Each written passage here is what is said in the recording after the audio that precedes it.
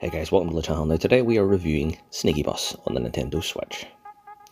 Now, this game seems to be a mixture of Snake and Crazy Taxi, so that in itself it should be their slogan, I think.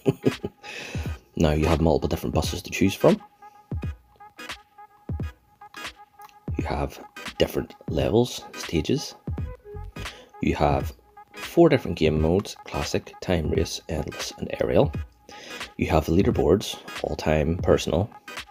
The controls are very self-explanatory. And may I also add, this has been made by a ridiculously small team, and my hat goes off to them. The work they've done on this game is mental. Now, graphics wise, it's impressive. It gets very chaotic on screen once you get your Snake, as it were, going. So certain levels are very trippy. Like there is one in particular called Coriolis, which is basically you're driving around the inside of a tube, and both the graphics and the whole just atmosphere of that map are it's oddly beautiful. And when you're driving around, it continually picking up your passengers and dropping them off in the designated locations. I can't help but comment on how good the game looks. Now, that is also by definition what the game is about in both the classic, time, race and aerial game modes, picking people up and dropping them off. They are a bus after all. The only thing about endless is it is literally by definition endless. You can constantly drive, and the longer you're driving, the longer your bus gets. Now, moving on to the gameplay.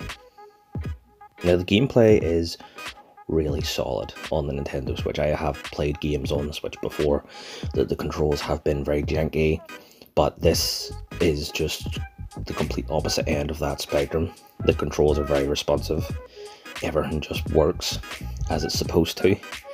Yes, being good at actually driving and controlling these buses would help, which sadly I'm not. I've had so many crashes and just getting stuck in certain places and not being able to move, because you have to keep moving. You have to keep moving. When you're playing the time race mode, it is literally Crazy Taxi's game mode. Pick someone up, get there, time limit. You just have to keep going. Actually, I'm not very good at the time race mode, I must say. But the classic mode is you just keep moving, get your bus as long as possible, and beat your high score. You have the all-time scoreboard, which is, gives you the scores on the leaderboard for each map. Now, another point to make on the game is that the music is very chill. It's very good and very chill.